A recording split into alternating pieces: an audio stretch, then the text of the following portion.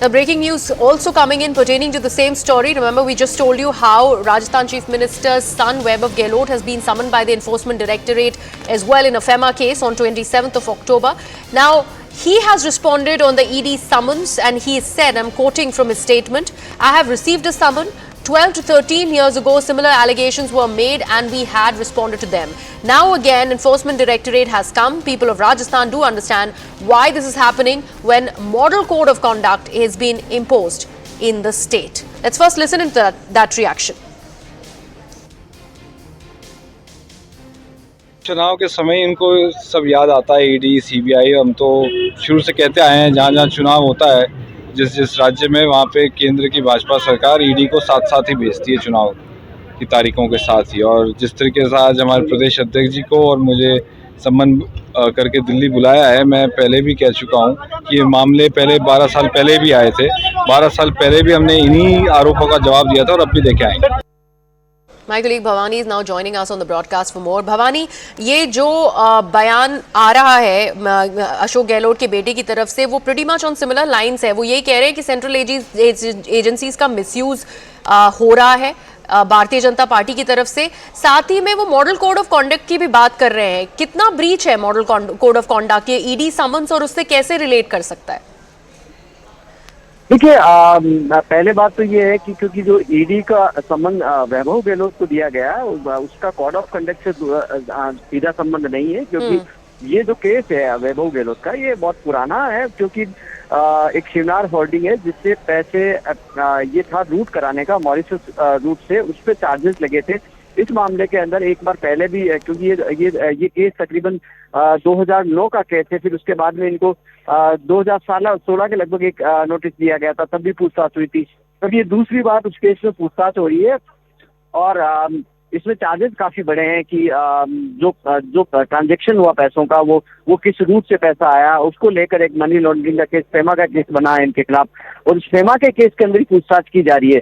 तो पहले बात तो ये है कि केस नया नहीं है, केस ऑलरेडी एग्जिस्ट कर रहा है, जिसके अंदर, क्योंकि जिस केस में जो पहले से एग्जिस्ट कर रहा है उसमें पूछताछ कर सकते हैं, क्योंकि इस मामले के अंदर पहले से चल रही थी जांच। और इसके साथ में जो दूसरा गोविंद सिंह डोटासरा का मसला है, जो पेपर लीक से जुड़ा हुआ मसला है, उसके अंदर भी ऑलरेडी इन्वेस्टिगेशन चल रही है, जिसके अंदर काफी लोग पहले से अरेस्ट हो चुके हैं। ईडी की भी तकरीबन कई जगह पर रेड कर चुकी है, पेपर माफियाओं के यहाँ पर भी। और जो कलाम कोचिंग संस्थान है जिसका संबंध बताया जा रहा है गोविंद सिंह डोटासरा से, हालांकि वो कहते हैं उनका संबंध नहीं है, वहां पर ईडी ने रेड की थी कुछ वक्त पहले। तो ये एक तरह से ऐसा नहीं है कि अभी चुनाव आचार संहिता लगने के बाद में दोनों नए केस के अंदर ईडी ने कोई एंट्री की या नया केस बनाया। पुराने जो केस चल रहे हैं उसी के अंदर ये पूरा मामला चल रहा है। जाहिर तौर पर क्योंकि अब इस वक्त चुनाव का वक्त हो चुका है, तो ये आरोप तो जो लगाए जा रहे हैं जाहिर तौर पर लगाए ही जाएंगे और इसके अर्थ निकाले जाएंगे। जी। My colleague Bhavani is also reported from outside the Congress chief in Rajasthan's residence, where the raids were taking place in the paper leak scam case. Let's first take a look at the ground report that Bhavani has filed for us, and then we'll take a look at some other reactions that are coming in over the ED raids. Rajasthan में शिक्षक भर्ती परीक्षाओं में ED ने सबसे बड़ी red की है। राजस्थान के कांग्रेस के प्रदेश अध्यक्ष गोविंद सिंह डोटासरा के आवास पर जयपुर में और सीकर में छापेमारी की है। राजस्थान में विधानसभा चुनाव चल रहे हैं इस वक्त, जाहिर तौर पर आप इस रेड का अंदाज़ा लगा सकते हैं। गोविंद सिंह डोटासरा का जयपुर में सरकारी आवास है, जहाँ पर सरकारी आवास के अंदर इस वक्त ईडी की टीम है। ईडी के 12 इस वक्त जो अधिकारी है वो अंदर हैं। 4 कारों के अंदर आए हैं, कारें सामने आपको नज़र आ रही है, सर्च चल रही है, सब रोक दिया गया, किसी को अंदर एंट्री नहीं दी जा रही है और भारी बंदोबस्त के साथ में यहाँ पर अंदर छापेमारी चल रही है। जयपुर के अंदर 2 ऐसे गोविंद सिंह डोटासरा के ठिकानों पर छापेमारी हो रही है। ये एक सरकारी आवास है, एक जगह और है।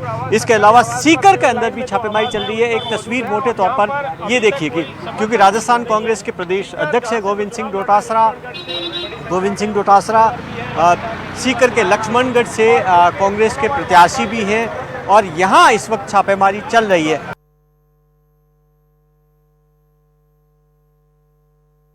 तो आज जो स्थिति है वो चिंताजनक स्थिति है। सवाल पीसीसी प्रेसिडेंट का नहीं है, सवाल मेरे सन का नहीं है। सवाल है कि पूरे देश के अंदर आतंक मचा रखा है, आतंक मचा रखा है। और जिस पर आतंक है, छत्तीसगढ़ में करीब साल भर से ईडी के लोगों ने, मैंने सुना है, वहाँ अपने फैमिली को शिफ्ट कर दिया, वही मकान वगैरह किराए ले लिए, क्योंकि रोज उनको छापेमारी करनी पड़ी। 6 महीने, 8 महीने, 10 महीने 4-5 लोग जेल में बैठे हुए हैं, वहाँ का IAS वगैरह।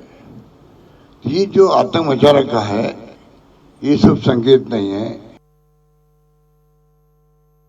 वर्तमान की अशोक गहलोत सरकार ने भ्रष्टाचार के सभी मानबिंदुओं को पार करके नए बेंचमार्क्स ऐसे बना दिए। सरकार द्वारा प्रतियोगी परीक्षाओं के माध्यम से भर्ती की व्यवस्था पर से भी प्रदेश के लोगों का और प्रदेश के ऐसे एस्पिरेंट युवाओं के परिवारजनों का विश्वास समाप्त हो गया। और निरंतर 18 पेपर लीक होने तक वो हर बार बिना मांगे ही कर्मचारियों, अधिकारियों और राजनेताओं को क्लीन चिट ऐसे प्रदान करते हुए दिखाई दिए। 18वें पेपर लीक के बाद जब भारतीय जनता पार्टी ने प्रचंड आंदोलन राजस्थान प्रदेश के हर एक जिले में खड़ा किया, तब दबाव में आकर के गहलोत सरकार को कुछ फौरी तौर पर कार्रवाई करनी पड़ी। आज फिर से राजस्थान में ईडी पहुंच चुकी है। आज हमारे प्रदेश अध्यक्ष गोविंद सिंह डोटासरा जी पर कार्रवाई हो रही है। ये एक परंपरा बन गई। अब तक क्या होता था कि जहां चुनाव हो, किसी स्तर का चुनाव हो, मोदी जी पहुंच जाते थे। अब मोदी जी का प्रभाव खत्म, तो अब जहां चुनाव हो, किसी स्तर का चुनाव हो, ईडी जी पहुंच जाते हैं। हाल को लेकर भारतीय जनता पार्टी इतनी आश्वस्त है कि तुरंत ईडी, इनकम टैक्स, सीबीआई को राजस्थान में छोड़ दिया। राजस्थान के लोग सब कुछ देख रहे हैं। वो दिल्ली के आगे कभी झुकते नहीं हैं, न पहले कभी झुके हैं, न अब झुकेंगे। Congress government is a government of Gadbad, Ghotala and Gehlot ji. Wherever there is Gehlot ji, there is Gadbad and Ghotala. And therefore this government has not only made its #1 status as far as women's issues and women's atrocities are concerned, but it is the most corrupt government since independence in any state.